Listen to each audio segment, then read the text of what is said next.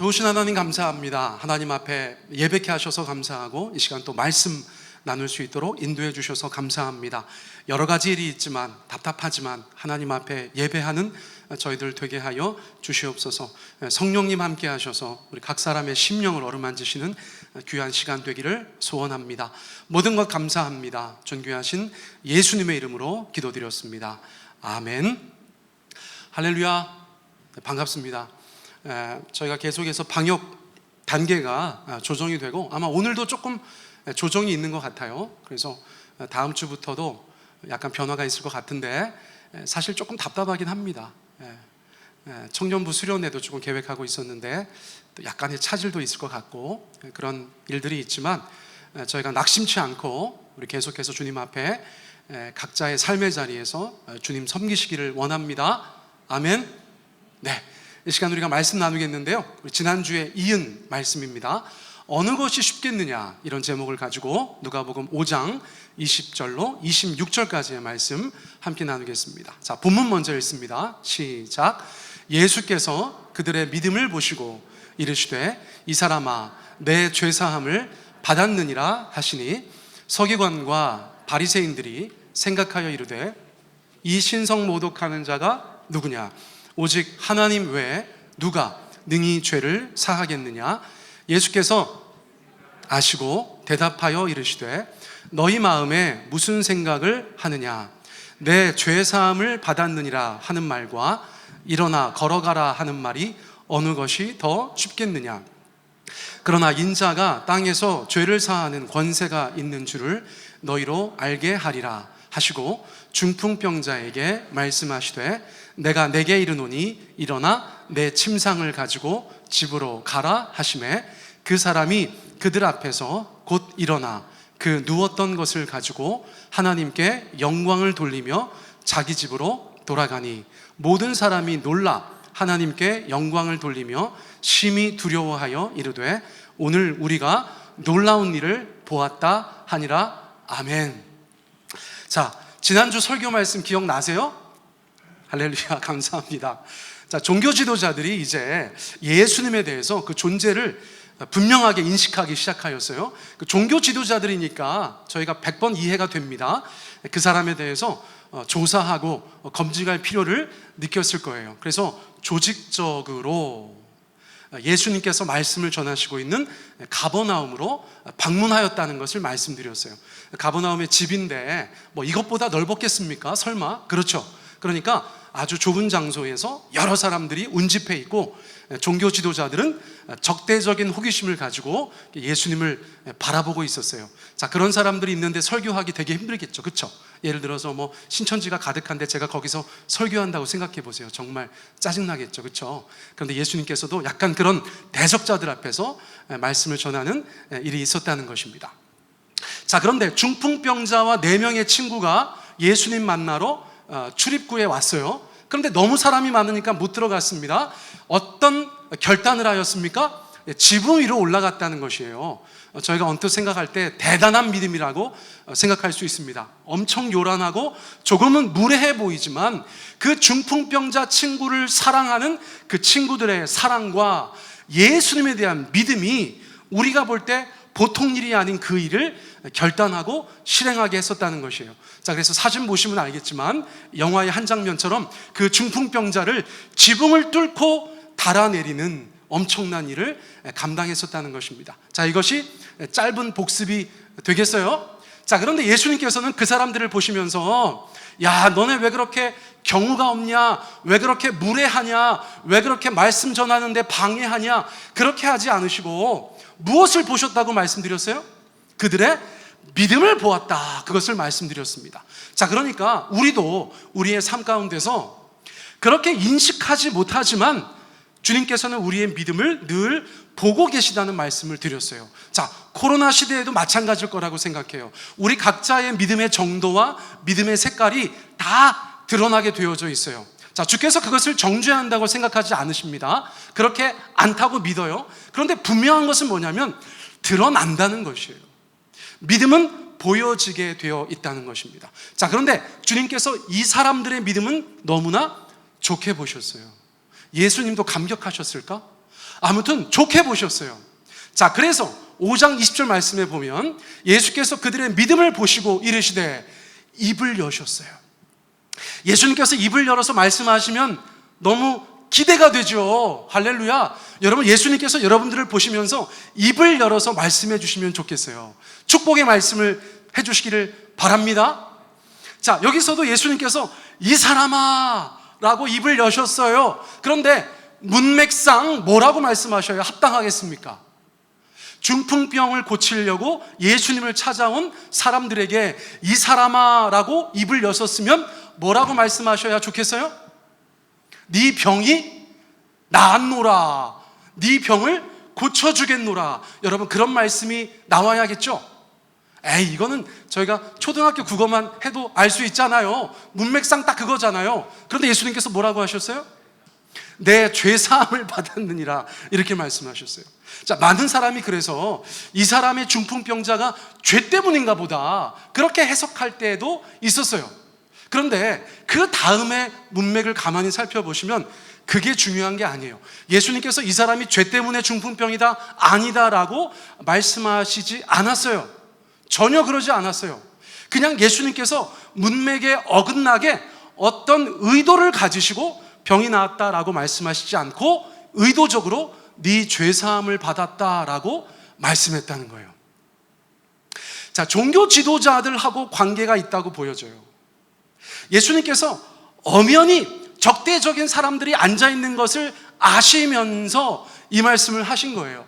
그런데 아니나 다를까 이렇게 말하면 가장 예민하게 반응할 사람들이 바로 종교 지도자들이었다는 것을 저희가 알 수 있어요. 왜 그렇죠?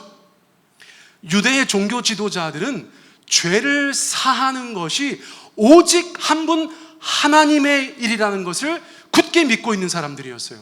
그런데 감히 예수라는 젊은 랍비가, 그들의 눈에 볼 때는 예수라는 젊은 랍비가 하나님만 하실 수 있는 죄사함을 선포했다는 것 자체에 경악을 금치 못했다는 것입니다. 자, 그런 배경을 우리가 이해할 필요가 있다는 것이에요. 종교 지도자들은 늘 그런 거예요.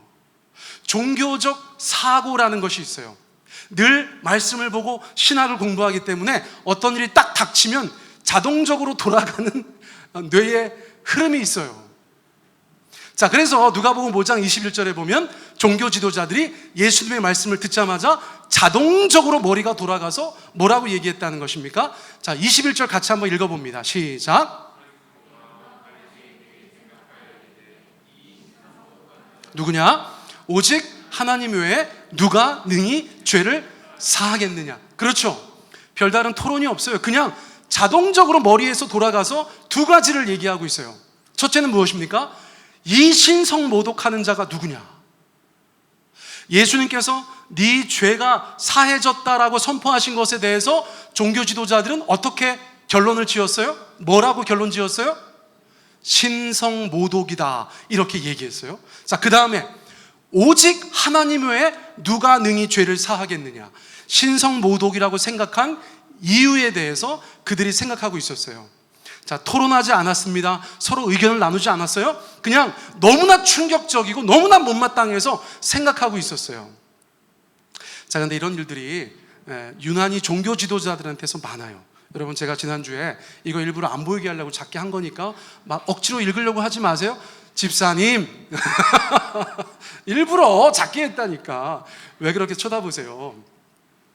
이 종교적 확신을 가지고 있다는 것이 사실 굉장히 예민한 것입니다. 그렇죠? 그러니까 지난주에 저희 목사님들 모임이 있는데 35명의 모임인데 그 중에 한 분은 카톡을 너무 싫어하셔가지고 그분 안 들어오시고 34명의 목사가 있는 카톡방이 있어요. 그 중에 한 목사님께서 가끔, 여러분 옛날에 좋은 생각 이런 거 아세요? 책자? 월간 좋은 생각 이런 거. 그러면 거기에는 그냥 우리가 들었을 때에 그냥 괜찮은 듯한 글귀들이 많이 있어요. 근데 이분이 그런 것들을 계속 카톡방에 공유하시는 그런 분이신데 지난주 수요일 날 아무 생각 없이 또 카피해서 올리신 것 같아. 근데 그 내용이 뭐냐면 두 스님의 대화 뭐 이런 거 올리신 거예요. 법정 스님과 성철 스님의 대화를 이렇게 올리셨어. 그게 저거예요. 수요일날 아침에 그거를 덜컥 올리셨는데 제가 생각할 때 제 의견을 말씀드리는 건 적절치 않은 것 같아요. 이 설교 영상이 녹화가 되기 때문에 제 의견을 말씀드리는 것은 적절치 않은데 난리가 났어. 난리가 났어. 막. 제가 지금 회장이잖아, 회장. 그렇죠?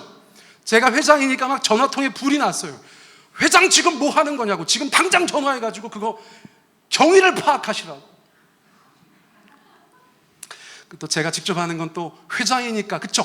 네, 총무님한테 전화를 해가지고, 아유, 목사님, 그 전화 좀 해보세요. 제가 볼 때는 실수를 그렇게 하신 것 같은데, 전화 좀 해보세요. 그랬더니, 아니나 다를까, 실수를 한 거예요. 그냥 이렇게 아무 생각 없이 막 카톡방 올리다가 보니까 그렇게 된 거예요. 그럴 수 있어요. 그렇죠? 우리가 그렇게 이해하지 않으면 이게 큰 문제가 되기 때문에 그냥 그렇게 이해해가지고 제가 또 막 이게 덮어가지고 그날 잘 넘어갔는데 모르겠어요. 다음번에 모임 가질 때 뭐라고 할지. 자, 우리가 이런 종교적인 신념을 가지고 있는 것이 굉장히 어떤 주제에 대해서 예민하게 반응하게 하는 것은 맞다는 것입니다. 서기관들이나 바리새인들이나 율법교사들은 날마다 밥 먹고 그거 하는 사람들이니까 예수님께서 느닷없이 도전적으로 중풍병자 고치기나 할 것이지 왜 갑자기 죄 용서를 선포하느냐라고 생각하고 불편할 수 있다는 것이에요.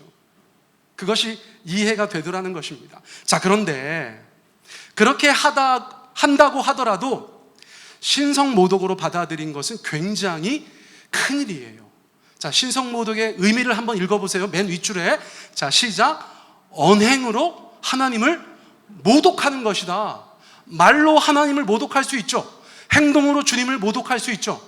그런 것을 이렇게 다 묶어서 신성모독이라고 했어요. 신성모독은 그렇게 판결이 되면 얼마나 큰 형벌을 받았는지 몰라요? 자, 예수님께서 잡히셔서 밤새도록 사람들한테 끌려다니실 때 공회에도 가셨습니다. 공회. 자, 그때 어떤 일이 있었는가 한번 읽어보시겠어요? 마태복음 14장 64절 같이 읽습니다. 시작. 그 신성 모독하는 말을 너희가 들었도다. 너희는 어떻게 생각하느냐 하니 그들이 다 예수를 사형에 해당한 자로 정죄하였다. 당시의 종교적인 분위기는 신성 모독에 대해서 어떻게 정죄하였다고요? 사형이라는 것이에요. 자, 예수님은 우리가 믿기에는 하나님의 아들 하나님이시지만 당시의 유대 교도들한테 볼 때는 신성을 모독한 아주 나쁜 랍비가 되는 것입니다. 자, 무슨 말씀인지 아시겠죠? 그래서 전날 밤에 저렇게 사형 판결을 받으신 그 죄명은 뭐냐면 신성모독이었다는 것이에요.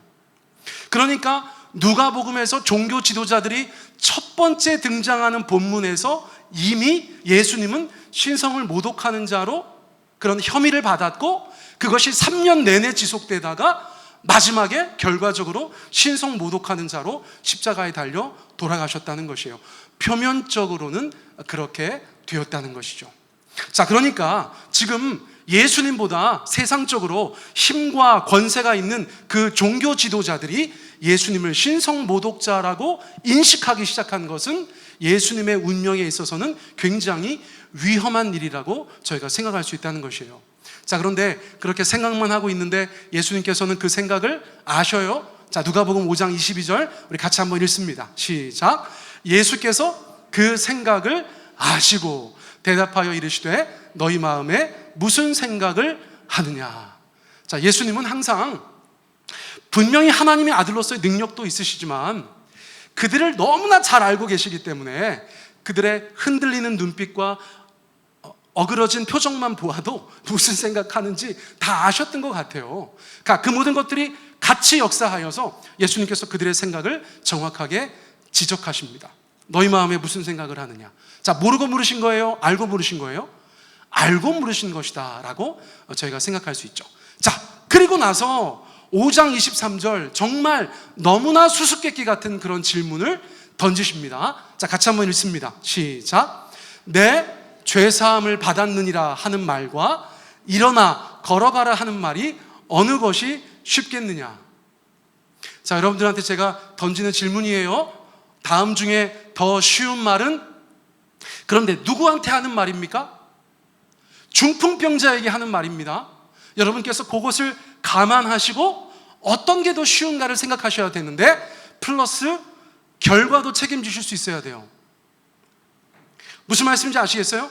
대상자는 중풍병자고 죄사함을 받았느니라 하는 말과 일어나 걸어가라라는 말을 결과를 책임질 수 있는 것을 말이 왜 이렇게 힘들어?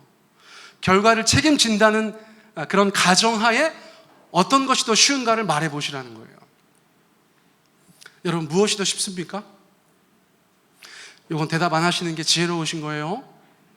예전에 제가 다니던 교회에서 어떤 여집사님께서 어느 날 갑자기 저한테 오셔가지고, 아니 목사님, 누가복음 보다 보니까 아리까리한 말씀이 있는데 이거 무슨 뜻이에요? 뭐가 더 쉽다는 거예요? 하고서 이 본문을 가지고 왔는데, 아니 뭐 목사라고 아무거나 다 하는 거 아니거든요. 뭐가 좀 준비가 돼 있어야지, 그쵸? 그래서 뭐 모르는 말씀 아닌데 갑자기 갖고 와가지고 저한테 물어보시길래 막 읽어보고서, 이것은 이게 더 쉽다는 말씀이죠 라고 답했던 적이 있네요. 대단하죠? 2000년 동안 성경학자들이 이 본문을 가지고 예수님께서 어떤 것이 더 쉽다는 것을 원하셨는가를 가지고 세계적인 신학자들이 다 토론을 하였는데 갈렸어. 죄 사함을 받았느니라가 더 쉽다고 한 사람도 있고, 일어나 걸어가라라고 하는 말이 더 쉽다고 한 사람들도 있었어요. 근데 그분들의 면모가 세계적인 석학들이라는 것이죠. 그렇죠? 그러면 저처럼 그냥 세종에서 목회하는 목사는 어떻게 해야 돼? 그럴 때 제일 힘들어. 그런데 주님께서 지혜를 주실 때도 있어요. 그런데 기본적으로 이 질문은, 여러분 제가 저 밑에 어떤 그림을 덧붙여 놨어요? 여러분, 수학 문제 푸는 그림이죠? 네, 되게 반가워하시는 것 같아요. 임영재님은 수학 잘했죠? 아니에요? 수학이 제일 어려웠지만 점수는 잘 나왔죠? 그쵸? 그쵸 봐. 네, 진짜 갑자기 지금 너무 마음 상했어. 수학이 어려웠는데 점수가 잘 나왔다잖아요. 네, 여러분 되게 수재형으로 생기신 분이에요. 제가 카이스트에서 학생사역을 오래 했는데 저런 상이 굉장히 많습니다. 제가 두 분한테도 말씀드렸어요. 그래서 제가 지금도 말씀드릴 수 있는 거예요. 여러분, 저는 어떤 상입니까? 왕이 될 상입니까? 저는 정말 제 자신을 모르고 바보 같은 청소년기를 보냈어요. 저는 부모님들이 예를 들어서 아이들 뭐 진로 때문에, 적성 때문에 저한테 상담하시면 상담하실 필요가 없어요. 저는 제 적성과 저의 기질과 성격과 뭐 이것저것 재는 거 아무것도 모르고 이과를 갔어요. 할렐루야. 여러분, 고등학교 1학년 끝날 때 학교에서 이과문과 정하라고 하는데 이거 설교 준비 안 된 거니까 각오하세요. 자, 그래서 준비가 전혀 안 돼 있었어. 진로에 대해서 생각도 안 해보고 있는데 아버지한테 가서, 아버지 저 이과 갈까요? 문과 갈까요? 그랬더니 아버지가 주먹을 불끈 쥐시면서, 남자는 이과. 이래가지고 제가 이과에 갔어요. 이과에 갔는데 나는 이과가 뭐 하는 데인지도 몰랐어, 진짜. 여러분, 저는요, 제가 강단에서 저를 이렇게 비하한 적이 없어요. 그렇죠? 여러분, 저는 수학 바보입니다. 저는 수학 시간을 그냥 이렇게 외국어라고 적어놨었어요. 그러니까 제가 임영재가 얼마나 밉겠어요? 목사님, 저는 수학이 너무 어려웠습니다만 점수는 정말 잘 나왔습니다. 어우, 진짜 열불이 나네 갑자기. 근데 제 주변에 그런 사람 하나 더 있었거든. 옛날에 제가 청년부 지도했던 데가 연구단지였어요. 연구단지여가지고 뭐 카이스트, 뭐 과거에 카이스트랑 하나 합병된 ICU 뭐 이런 대학들이 있었어. 그러니까 청년들이 공부를 잘하는데 캠프를 갔었어요. 한번 양화진에, 선교사들 묘역이 있는 양화진에 갔는데 그 근처에서 찜질방에서 하루 잤어요. 자는데 이제 밤늦게까지 뭐 이야기꽃을 피우지 않았겠습니까? 그래서 이렇게 막 얘기를 하고 있는데 갑자기 다들 똘똘해 보이더라고. 그래서 제가 그 중에 한 청년을 딱 집어가지고, 야, 너는 공부 잘했지? 넌 반에서 늘 1등 했냐? 그랬더니 뭐라고 대답했는지 아세요? 시작부터가 아니요, 뭐 늘은 아니었어요. 그 말은 뭐예요? 늘은 아니었어요. 거기서부터 막 너무 마음이 상했어. 근데 거기에 제 고등학교 후배가 하나 있었는데 걔는 진짜 전교 1등만 하던 애라는 것을 제가 알았어요. 그래도 이제 남들 들으라고, 야, 너는 늘 반에서 1등 했지? 그랬더니 늘 반에서 1등하고 전교에서도 하고 말끝을 흐리더라고. 그런데 정말 대박이 있었어. 아무 말도 안 하고 있던 자매가 하나 있었어. 아무 말도 안 하고 있더라고. 그래서 내가, 자매님은 왜 아무 말도 안 해요? 그랬더니 저는 전국에서 한번 해봤어요. 그러는 거예요. 전국에서 한번 해봤대. 여러분, 전국 1등 곁에 계신 분 계세요? 전국 1등. 눈빛이 아니에요? 일단 의사라서 내가 혹시나 한번 물어본 거예요. 전국 1등 하셨나? 그래서 제가 그날 밤에 잠을 못 잤어요. 여러분, 저 질문은 저한테 어떤 질문처럼 느껴지냐면 세계 수학 7대 난제 중에서 어느 것이 더 쉽겠느냐, 이런 말처럼 들려요. 중풍병자에게 말 자체는 전혀 어렵지 않아요. 말이 뭐가 어렵습니까? 여러분, 제가 저분한테 죄사함 받았느니라 라고 말하는 거나 일어나 걸어가라 라고 말하는 것이나 말 자체는 어렵지 않은데 그 대상자를 생각하고 내가 그것을 말했을 때 그 결과가 나타나야 된다고 생각하면 저것들 중에서 제가 할 수 있는 말은 없어요. 여러분, 저 말들은 굉장히 어려운 말들입니다. 굉장히 어려운 말이에요. 그러니까 예수님께서 어느 게 더 쉽겠느냐라고 말하는 것은 둘 중에 어느 것이 더 쉽습니다라는 대답을 원하신 것이 아니라 이것은 하나님께서 하시지 않으면 누구도 할 수 없는 것이다 라고 우리 가운데 말씀해 주시는 것이라고 이해할 수 있어요. 그리고 그 질문을 통해서 사람들이 이렇게 혼란스러워 할 때 예수님께서 그들 가운데 말씀해 주신 것은 뭐냐면 24절 말씀이라는 거예요. 24절. 자, 같이 한번 읽습니다. 시작. 그러나 인자가 땅에서 죄를 사하는 권세가 있는 줄을 너희로 알게 하리라 하시고 중풍병자에게 말씀하시되 내가 내게 이르노니 일어나 내 침상을 가지고 집으로 가라, 이렇게 말씀하셨다는 거예요. 자, 예수님께서는 뭐를 알려주고 싶으시대요? 인자가, 그렇죠? 예수님이세요. 예수님께서 자신을 호칭하시던 말이죠. 인자가 땅에서 죄를 사하는 권세가 있는 줄을 너희로 알게 하기를 원한다, 이렇게 말씀하셨다는 거예요. 지금까지 예수님께서 누가복음 5장에 올 때까지 사람들에게 알려주신 것들이 있어요. 자, 어떤 것들이 있습니까? 그분의 말씀은 권세 있는 말씀이다. 다른 종교 지도자들과 달리 권세 있는 말씀을 선포하신다는 것을 알려주셨어요. 또 병자들을 엄청나게 많이 고치시면서 치유자이신 예수님을 가르쳐 주셨어요. 악한 영들을 무지막지하게 내쫓으시면서 악한 영들을 제압하는 권능이 있다는 것을 알려주셨어요. 그런데 지금 하나 더 알려주기를 원하신다는 거예요. 여러분, 이것은 우리에게도 마찬가지입니다. 예수님께서 우리 가운데 알려주기를 원하시는 것들이 있다는 거예요. 하나님의 말씀이 생명의 말씀인 줄 믿습니다. 아멘. 여러분, 예수님께서 우리의 삶을 치유하시는 분이신 줄 믿습니다.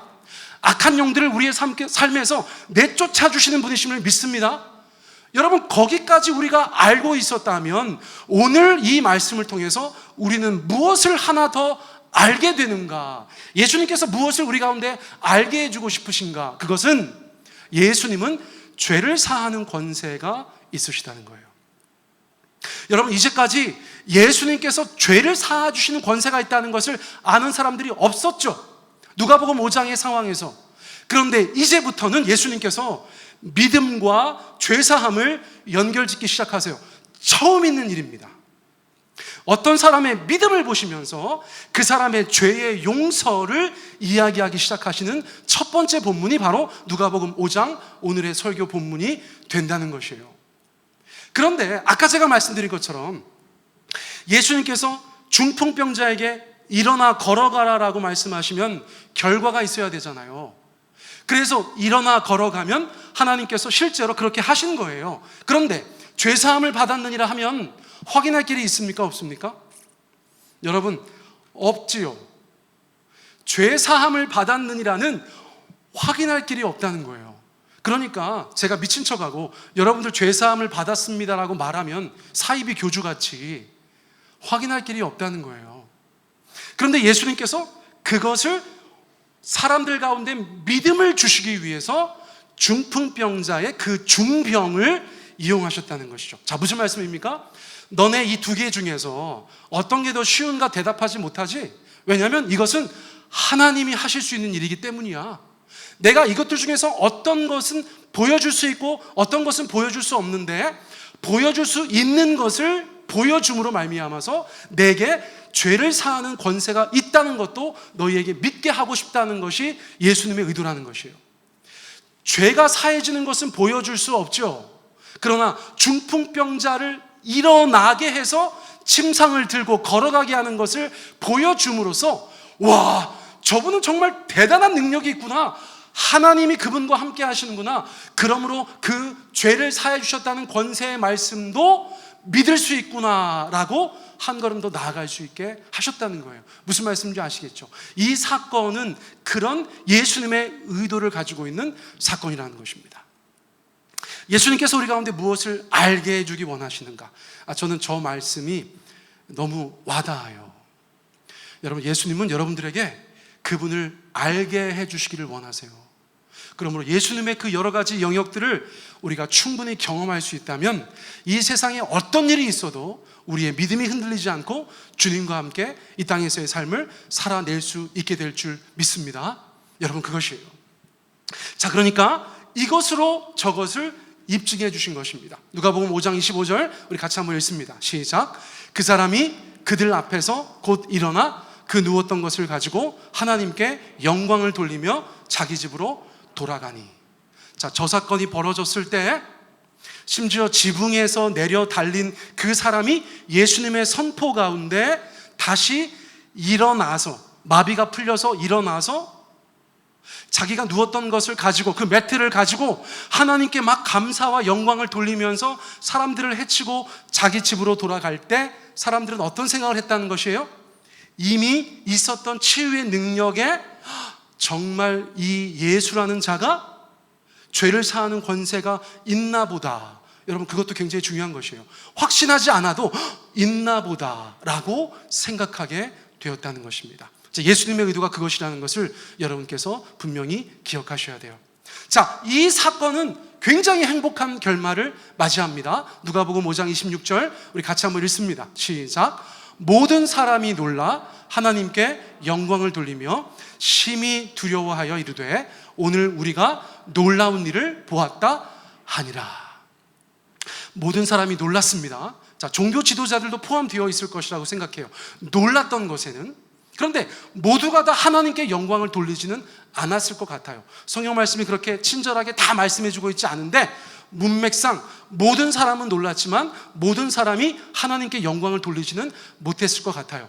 그런데 어쨌거나 많은 사람들이 하나님께 영광을 돌리게 되었어요. 중풍병자도 하나님께 영광을 돌리면서 집으로 갔는데 현장에 있었던 사람들도 하나님께 영광을 돌리게 되었어요. 그런데 영광을 돌릴 때 그 마음 가운데 심히 두려워하는 마음이 생겼다는 거예요. 구약 성서에서 두려워하는 마음, 경외하는 마음은 어떤 사람이 하나님 앞에 섰을 때라고 말씀드렸죠. 베드로가 예수님 앞에 섰을 때 느꼈던 그 경외감을 이제는 많은 사람들이 그분의 말씀과 역사하시는 것을 보면서 느끼게 되었다는 것입니다. 이제 점점 예수님은 그저 젊은 랍비, 급진적이고 혁명적인 랍비 정도가 아니라 하나님의 능력으로 충만한 하나님의 아들 그리스도 메시아로서 많은 사람들 가운데 그렇게 인식되어 가기 시작했다는 것을 저희가 알 수 있어요.